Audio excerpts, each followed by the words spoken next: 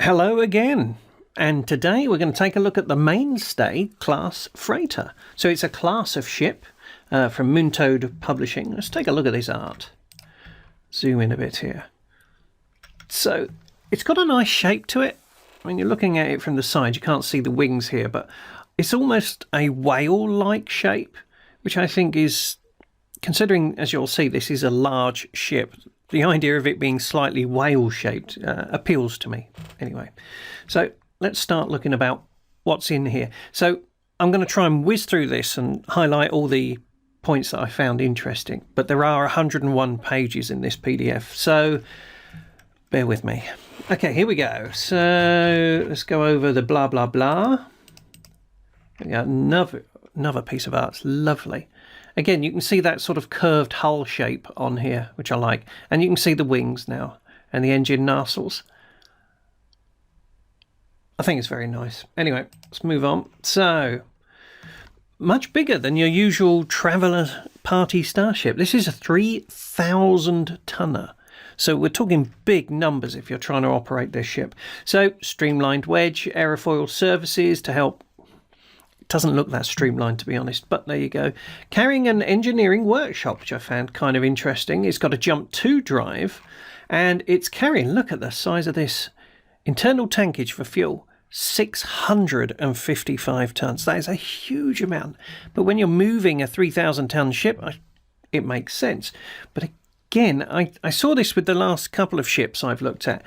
3 weeks operational range. That's not a long time. Not a long time. I mean, if you did jump 1, then there'd be tons of fuel left over for manoeuvring. But if you did a jump 2, and then you've got 3 weeks of operating, so what if it takes you a week to get out to the jump point? That's a very short time. It's a very short time. Okay, so fuel scopes and processors in here as well. But look at this. It only processes 100 tons per day. And to do its full jump 2, it's probably going to use nearly all of the 655 tons. So you're talking 6.5 days after you've finished your scooping process to process that fuel. So you're losing about a week between jumps. And if you've got that 3-week lifespan, I suppose you can scoop up more fuel to extend the life, but it just seems a bit short.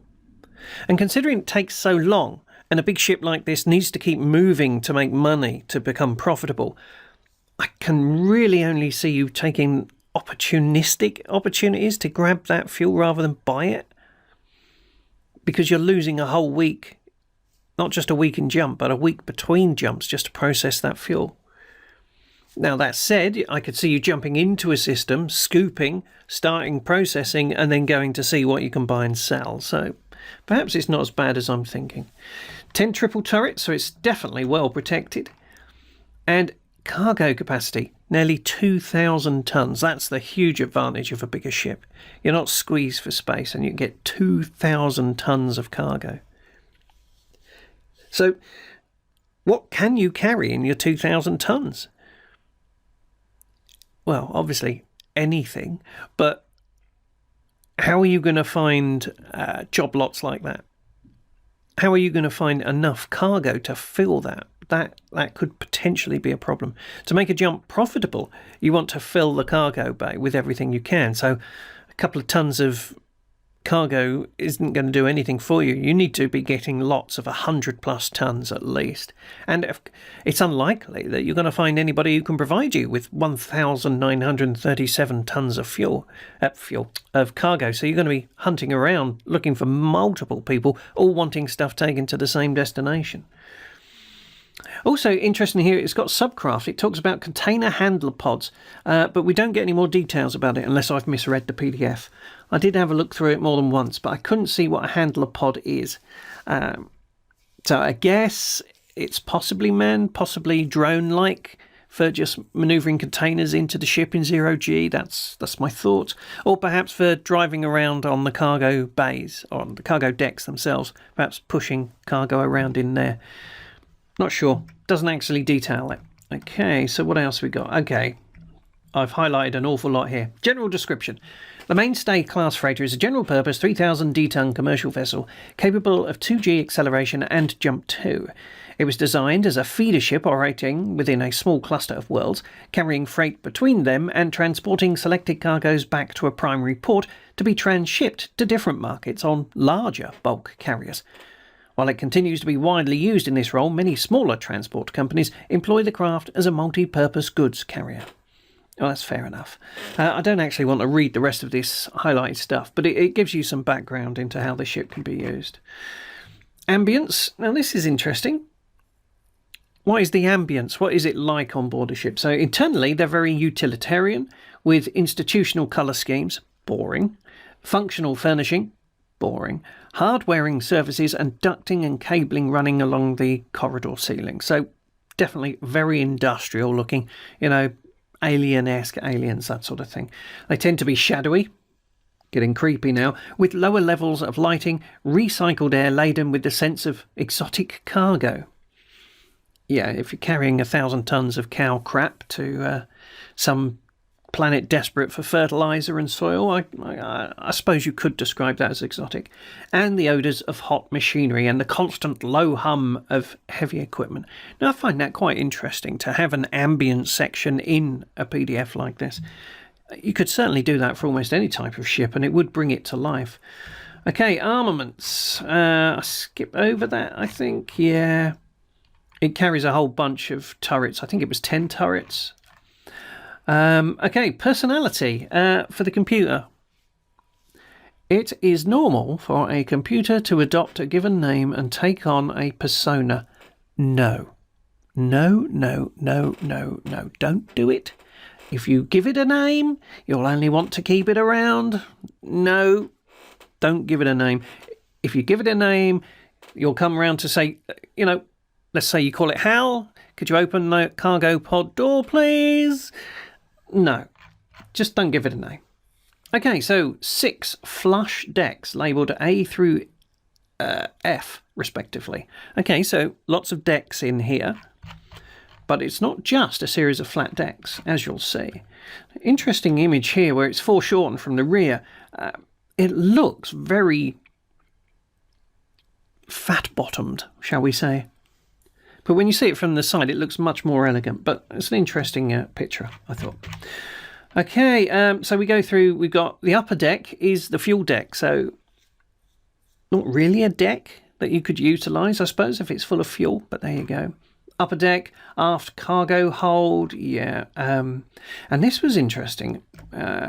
Internal temperatures can be set to extreme levels from -40 through +80 Celsius. So not quite up to boiling point, but 40 degrees below freezing.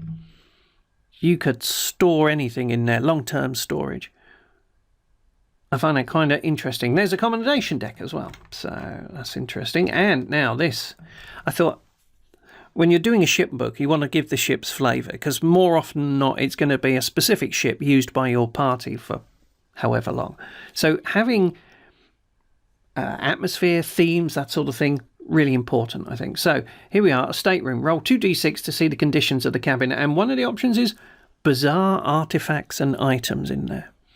So that's giving it some character, and who knows what those bizarre items could be. So a passenger's mess and a heavy cargo crane as well, which is mounted on the ceiling of the pit, which you'll see shortly when we get to the floor plans. Okay, reserve bridge, reserve computer, don't give it a name, a fabrication workshop. So they're actually building and maintaining the ship with the fabrication capabilities on board the ship. So probably lots of stored, some of that tonnage will be used for storing raw materials, allowing them to manufacture any spare parts they need. They got a bridge deck as well, as you might expect. And here we go, more flavour. Captain's stateroom, a large ceremonial sword is mounted on the wall. I like that. Purser's stateroom, a chess game is set up ready to play. Unfortunately, clearly the purser hasn't found anybody to play against. Right, so let's zoom in. What we got here. Duty engineering crew bunk. Each is filled with oily lumps of machinery. Yeah, so it's given it that real industrial feel. So lots of bunks, but all the spare ones are filled with bits of machinery that's being worked on. I thought that was kind of intriguing. Oily bed. Nobody wants that. Sensors and avionics, yeah, blah, blah, blah. Port and starboard nacelles, yeah, okay, we saw that on the picture. Oh, zooming in and out. Forward cargo ramp, okay, so you can drive things into the front of the ship. A separate passenger airlock, that's nice if you are taking passengers. And 2 collapsible portable airlocks, designed for use with personal hatches are stored in this area. So I guess those could be internal or external, because it's entirely possible you might want to open some decks to vacuum. That's possible. And transition to planetary environments with them as well, without a need for depressurizing the entire bay. Okay, so the entire bay makes it sound like the whole thing can be depressurized if you want. But I would have assumed that all the separate decks, etc., are all individually sealable as well. Okay, so we've now got another image of the ship, and I like this one. You're seeing the ship's launch and the hatches opening on the top of the ship that let it come out. And interestingly, it's carried 90 degrees to the facing of the actual ship itself. I thought that was an interesting twist. Oh, here you go. You can see the ship's launch moving away. It's a bit closer to the camera, so it looks much larger. Okay, what we got here? Number of variants of the ship are available, and you'll see that in the plans as well. Okay, and here we've got a rear ramp showing a large vehicle could be loaded in here. And yeah, here we go. Can I rotate the view here? Rotate view clockwise. There you go. So you can see a profile of it. So, is there anything? Yeah, top deck isn't really a deck. It's just a fuel storage. And this is they call it the pit throughout this book. It's a large open area. So we've got all these cargo areas here, but there is one large cargo area at the back, which, as they've shown here, could be used for a vehicle or particularly large cargoes. All right, so let's view, rotate back how it was, skip through these. We got some floor plans, various floor plans here. They've got very simple ones. We've also got detailed ones here with lots of stuff on them, so you can use it. I think there's also variants in here as well, so let's just whiz past these. If you like floor plans, well, you got yourself covered here. Okay, some more art. This is interesting. It's highlighting where the turrets are on the ship. With 3,000 tons, you could potentially have 30 turrets on here, but there's only 10. Okay, some more sort of profile plan shots. Yep, details of the standard launch they got as well, with floor plans, obviously. Another piece of art showing a couple of the ships in action. Gotta say, I do love this artwork. If I was playing Traveller today, you know, I could print this out and stick it in the front of the referee's... what's the word for it? The sheets you put up in front of you. There's a word for that. I've forgotten what it is. Screen? Never seems quite appropriate for a bit of cardboard, but there we go. The shield. Let's say it. Shield. There you go. These are ideal. Put these, print these out, put them in the shield. Brilliant. Okay, and then it goes into, I'm not going to go into details on all of this, but it's giving you a crew that you can use. So if your people need to board a ship and they happen to board one of these, you've got a ready-made crew here ready to go. And I thought this captain was particularly interesting. Doesn't say what service here, does it? Let's just recheck. She was in uniform, dress uniform. Okay, but look at the skills. Admin 2 makes perfect sense for somebody trying to administer a cargo system with 2,000 tons of cargo space. As I was saying earlier, lots of admin involved in trying to get everything coordinated to make a jump worthwhile. Advocate, okay, so there's going to be a lot of legal ramifications when you're dealing with so many different cargoes. Can act as their own broker, pilot the ship, of course, comms and liaison. So this is the perfect sort of person that you'd want in the cabin. They know enough about everything to keep the ship as a business running, not just the ship itself, but the business. There's a few other characters in here as well, I think. We've also got, these are like scenarios and ideas, ways of using the ship. Yeah, here we go. We got more characters in here. So the guy handling supercargo, bribery one, could probably help the captain getting some cargoes there. Okay, and again, more background relating to this character. So options. Goes way beyond just having a rumour. These are actual suggestions for how you could build a scenario around that character. Roll on, more art. Okay, and it does suggest here that individual characters who are perhaps just working on the ship can rent areas of the hold and then do their own trading. So not only would the ship do its trading, but you could do your own personal trading. There's a fiction series that starts with a book called Quarter Share, where the characters are doing that private trading with the space they've been allotted for their personal equipment. So that sort of builds on that idea. Okay, and then we get a look at how many people you need to run it. Character cards if you want them. Some interesting company liveries as well. And even a section of space in which you could play, jumping around from all of these different planets and manoeuvring between these different systems and the planets within those systems. And it gives you this system to work with. So if you were looking to start up a game, start a new Traveller campaign, this book would be a good place to start. You could just drop your characters in on this cargo ship and try to keep it running as a business. Could be fascinating. So lots of world data, different types of worlds here. Can I just scroll down here? Yep, so lots of maps and things. What was this? Oh, this was interesting. So let's say you're within a system and you need to travel from one planet to another within the system. There's a mechanism given here to allow you to work out where they are in their orbit. For instance, you might need to go from one planet to another and they're on opposite sides of the sun. So you can't even go in a straight line. You're going to have to sort of bypass the sun or intersect with the orbits. Very interesting, giving you interesting travel times on that. Missions within a single system. So again, gives you more ideas, more backgrounds for working within a single system. Another piece of art. Pink sky and fluffy clouds. Okay, scenarios. Okay, so we got an introduction to a scenario. Strange passengers you can carry. Some familiar looking faces there. Troop ship. Okay, so this is a variant on the ship.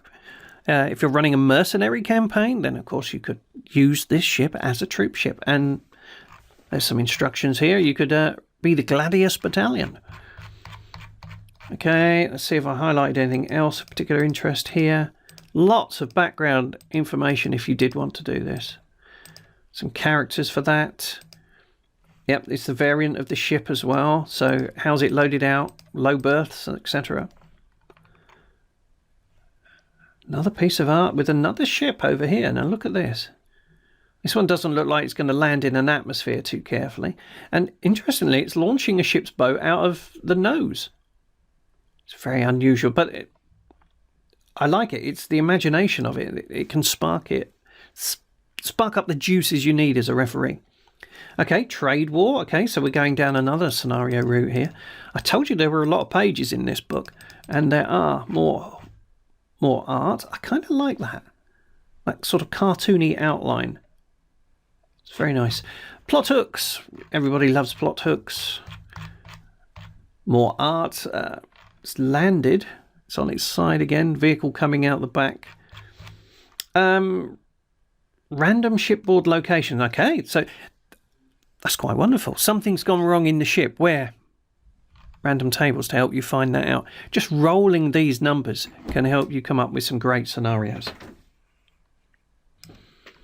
Okay, some interesting blueprints. So if you're getting your players to purchase the ship, you could show them these blueprints. Kind of like that idea. So design specification worksheet for it so you can see all the gory details. Pre-generated characters, and that's it. Open game license. Is there anything after that? No. So what's it say here? The Mainstay class freighter is a general purpose 3,000-ton commercial vessel capable of 2G acceleration and jump 2. Designed as a feeder ship operating within small clusters of worlds, carrying freight between them and transporting selected cargoes back to a primary port to be transshipped. So that's pretty much how we started. That's how we end. There's a link to this product in the description below if you're interested in getting hold of it.